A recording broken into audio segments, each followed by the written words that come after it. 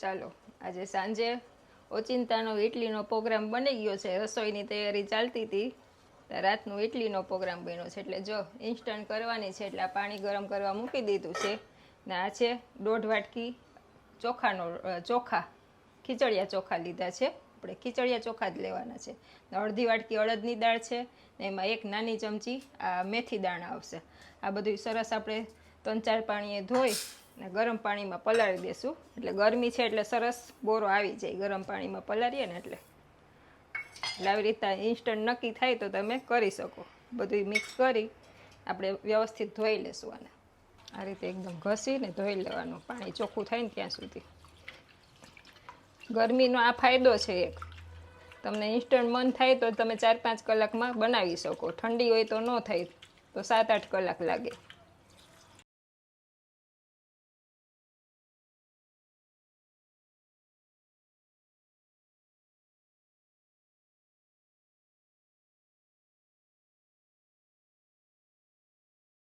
ચાલો આપણા દાળ ચોખા સરસ ધોવાઈ ગયા છે. આ રીતે ગરમ પાણી આપણે એડ કરીએ ને એટલે 3 કલાકમાં સરસ આપણા દાળ ચોખા પલળી જશે. ને આવી રીતના ડૂબા જ પાણી રાખવાનું છે.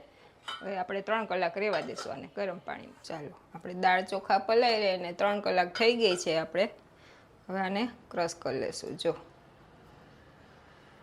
ગરમ પાણીમાં પલાળીએ એટલે સરસ પલળી જાય. જો છે આ રીતે હાથેથી તૂટી જાય છે. હવે આને ધોઈ આપણે પાણી નિતારીને આને ક્રશ કરી લેશું. હવે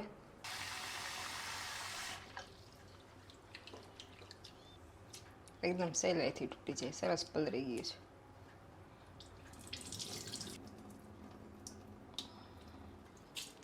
મિક્સરમાં સમાઈને એટલું થોડું એડ કરી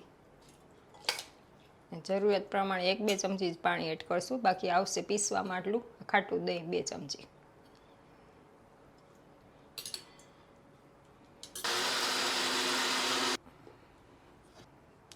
આપણું આ બેટર પીસાઈ ગયું છે. અને આવું થોડુંક છે ને થીક જ રાખશું, કારણ કે આપણે વેજીટેબલ ઇડલી બનાવે છે. કારણ કે બધા વેજીટેબલમાંથી પાણી છૂટશે એટલે ઢીલું નહીં કરી નાખવાનું બેટર. અને હવે કાઢી લઈશું.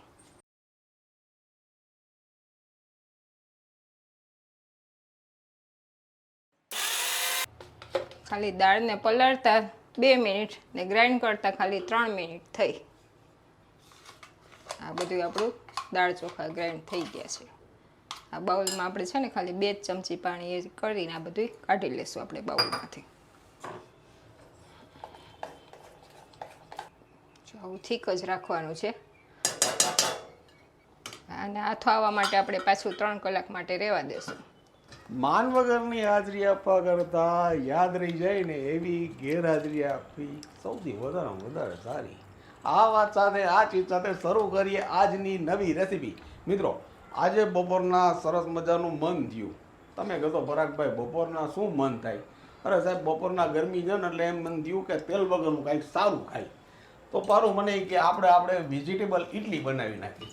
મેં કીધું વેજીટેબલ ઇડલી હવે અત્યારે બપોરનો 1 વાગ્યો. અરે મને એ કે હમણાં થઈ જાય, એ કે હમણાં દાળ ને ચોખા પલાળી દઉં, 3 કલાકમાં પલળી જાય ને 3 કલાકમાં બોરો આવી જાય. અરે ભાઈ આ તો ખૂબી છે ઉનાળાની, પણ આ કેવી રીતે બને છે એ તો પૂછવું પડશે અમારા હોમ મિનિસ્ટર. તો ચાલો ઝડપથી પૂછી લઈએ અને શરૂ કરીએ.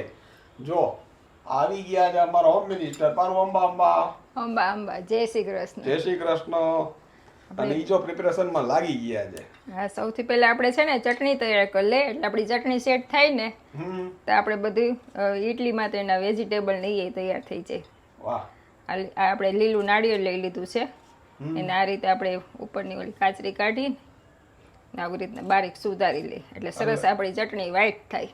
એટલે પ્યોર ઓથેન્ટિક જ કરશો. ઓથેન્ટિક. જો બધી છાલ કાઢી નાખી છે નાળિયેરની. દાળ ચોખા બધું ઓથેન્ટિક રીતે. બધું ઓથેન્ટિક રીતે એટલે ખાવાની મજા આવે. ભાઈ બહાર પૈસા દઈને ગમે તેવું જેવું તેવું ખાવું એના કરતા ઘરે સારું શું કામ ન ખાય. ચાલો હવે સૌથી પહેલા આપણે ચટણી તૈયાર કરી લેશું. ચાલો ચટણી માટે આપણે 2 ઇંચ આદુ ને 2 તીખી મરચી લઈ લીધી છે. આદુ વધારે હોય ને તો ટેસ્ટ સરસ આવે, મરચાંની તીખાશ હોય. આ છે આપણું લીલું નાળિયેર. 1 બાઉલ લીલું નાળિયેર આવશે, 2 ઇંચ આદુ, 2 તીખી મરચી ને આટલા 2 ચમચી સિંગદાણા અને 2 ચમચી દારિયાની દાળ ને સ્વાદ અનુસાર નમક આમાં આપણે એડ કરી દઈશું એટલે સરસ આપણું ફાઇન તૈયાર થઈ જાય પાવડર. આપણે આદુ, મરચી, નાળિયેર એ બધું ક્રશ થઈ ગયું છે. એ પહેલાં ક્રશ કરવું પડે નકર નાળિયેરની કટકી રહી જાય. હવે આ સિંગદાણા છે, દાળિયાની દાળ, એમાં આવશે આપણે આ નાળિયેરનું પાણી એડ કરશું ચટણીની થિકનેસ બરાબર કરવા માટે. અડધું અત્યારે એડ કરીએ પછી જરૂર લાગશે તો વધારે એડ કરશું. એનાથી સરસ ટેસ્ટ આવે આપણી નાળિયેરની ચટણીમાં. ચાલો હજી છે ને આપણું આ કચરું થયું છે એટલે આપણે આ પાણી છે ને એ બધું એડ કરી દઈશું એટલે સરસ સ્મૂથ ચટણી આપણી તૈયાર થાય. જો સરસ હવે સ્મૂથ તૈયાર થઈ ગઈ છે. ચટણી રેડી છે. સાઉથ ઇન્ડિયન એકદમ ઓથેન્ટિક, એકદમ ઓથેન્ટિક. અને વઘાર કરવાનો રહ્યો હવે. જે બાર પણ તમને જોવા નહીં મળે આવી, કારણ કે આમાં આખું એક નાળિયેર નાખેલું છે. આમાં જે સ્વાદ હોય ને એ મેઇન નાળિયેરનો જ હોય. નાળિયેરનું ને એનું પાણી એડ કરીએ ને એટલે નેચરલ એનો ટેસ્ટ આવે સરસ. ચાલો હવે આપણે આ બધા વેજીટેબલનું છે ને આવી રીતના બારીક કતરણ કરી લેવાની છે એકદમ. આપણા બેટરમાં સરસ મિક્સ થઈ જાય. શિમલા મરચું સુધારી રહ્યા છે. આ છે કોબીજ, ગાજર ઈ ખમણીને તૈયાર કરી નાખ્યું છે. વટાણા ફોલાઈ ગયા છે. ઓકે. હવે શિમલા મરચું ને દૂધી 2 જ વસ્તુ બાકી છે. દૂધી કેમ બાકી રાખી? દૂધી છેલ્લે જ કરવી પડે નકર કાળી પડી જાય. આવી રીતના બારીક હોય ને મોઢામાં આવે ને ખાવાની મજા આવે. અને છે આમાં છે ને એ એક ફાયદો છે, જેને જેવા વેજીટેબલ ગમતા હોય ને જેટલા ગમતા હોય ને એ આમાં એડ કરી શકાય. દૂધીને આ રીતે આપણે ખમણી લેશું.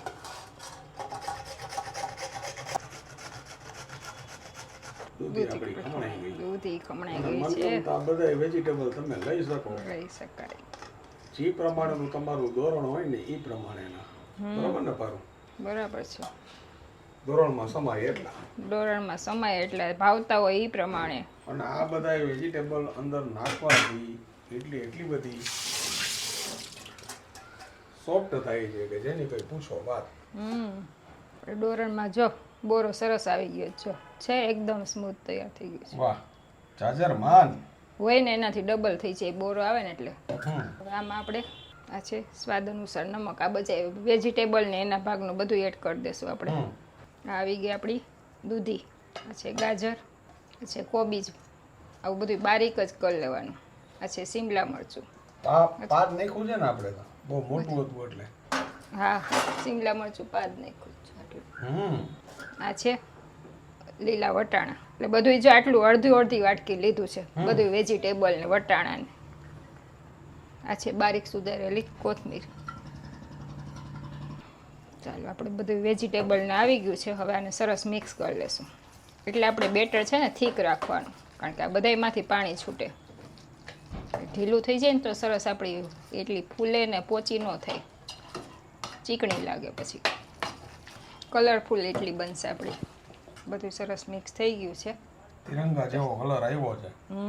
ચાલો હવે છે ને આપણે આ ચટણીમાં વઘાર એડ કરવાનું છે ને આપણું આ બેટર છે ને એમાં એડ કરવાનું છે વઘાર. એટલે આપણે વઘાર તૈયાર કરી લેશું. ચાલો આપણું તેલ ગરમ થઈ ગયું છે. આ છે રાઈ, આ છે જીરું, આવી ગયા મીઠા લીમડાના પાન. ગેસ બંધ કરી દઈશું. વઘાર તૈયાર થઈ ગયો છે. આવી ગયો આપણો આમાં વઘાર. આવી ગયો આપણો ચટણીનો વઘાર. 2 in 1. 2 in 1. હવે આમાં આપણે મિક્સ કરી લેવાનો છે. તડકો માર્યો નહીં. ચાલો આપણી આ થિકનેસ બરાબર છે. બધું વેજીટેબલને એડ કર્યું છે ને એટલે જો આવું હોવું છે બેટર. જરૂર લાગે તો 1-2 ચમચી પાણી એડ કરી શકાય છે. હવે આપણે સ્ટીમર અહીં મૂકી દઈશું ગરમ. ચાલો આપણું સ્ટીમર ગરમ થાય છે ત્યાં માટે આપણે ત્યાં સુધીમાં આપણે આ પ્લેટને ગ્રીસ કરી લેશું. આમાં બધા વેજીટેબલ હોય ને સરસ બોરો આવી ગયો છે એટલે એકસાથે આ રીતે આપણે સોડા એડ કરીને મૂકી દઈશું તો ચાલશે. બહુ સોડા એડ કરવો નહીં પડે, એટલી અડધી ચમચી આવશે સોડા. સોડામાંથી 1 ચમચી પાણી એડ કરી દઈશું આપણે. સરસ મિક્સ કરી લઈશું.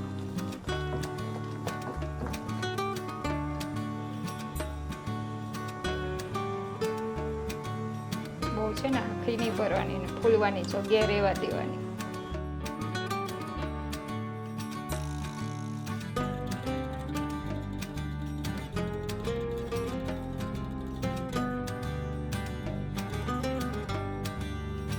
ચાલો 5 મિનિટ થઈ ગઈ છે અને આપણું સ્ટીમર સરસ ગરમ થઈ ગયું છે.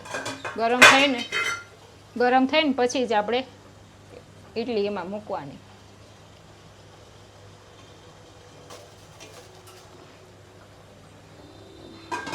ચાલો હવે ઇડલીને આપણે 12 મિનિટ સ્ટીમ થવા દેશું એટલે આપણે ઇડલી રેડી છે. ચાલો આપણી આ ઇડલી થઈ જવા આવી છે તો આપણે આ બીજી પ્લેટે તૈયાર કરી લેશું. એકવાર બધું તૈયાર થઈ જાય પછી ઇડલી ઉતરતા વાર ન લાગે.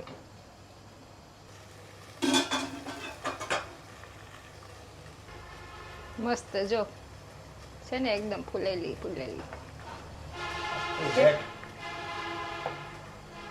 આપણી ઇડલી તૈયાર થઈ ગઈ છે. આ કાઢી લેશું ને આ સ્ટેન્ડ પાછું મૂકી દેશું.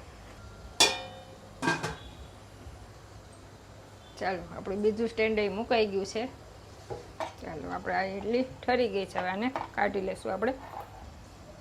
કેટલી સોફ્ટ છે એકદમ પોચી રૂ જેવી. ઓખા માળા ગળી જાય ને એવી. આ બધા વેજીટેબલની સુગંધ એવી મસ્ત આવે છે. ચાલો હવે આપણે આ બીજું સ્ટેન્ડ તૈયાર થઈ જશે અને કાઢી લેશું. આ આવી ગઈ આપણી કોકોનટ ચટણી.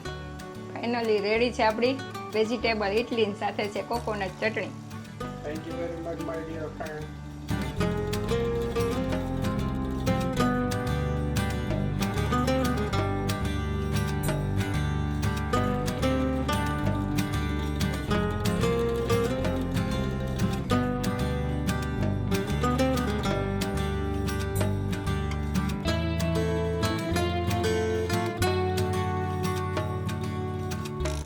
આશા રાખી છે કે વેજ ઇડલીની અને ઓથેન્ટિક ચટણીની આ રેસીપી તમને ખૂબ ગમી હશે. જો ગમી હોય તો વધુ લોકો સુધી તમે આને શેર કરજો, લાઈક કરજો. અને હા મિત્રો, જાતા સફરની મજા લેવી હોય ને તો સામાન ઓછો રાખવો, જીવનની મજા લેવી હોય તો અરમાન ઓછા રાખવા, અને શાંતિની મજા લેવી હોય તો મગજમાં વિચારો ઓછા રાખવા. આ વાત સાથે, આ ચીજ સાથે ફરી મળીશું નવી વાત સાથે. ત્યાં સુધી તમે અમને રજા આપશો મિત્રો.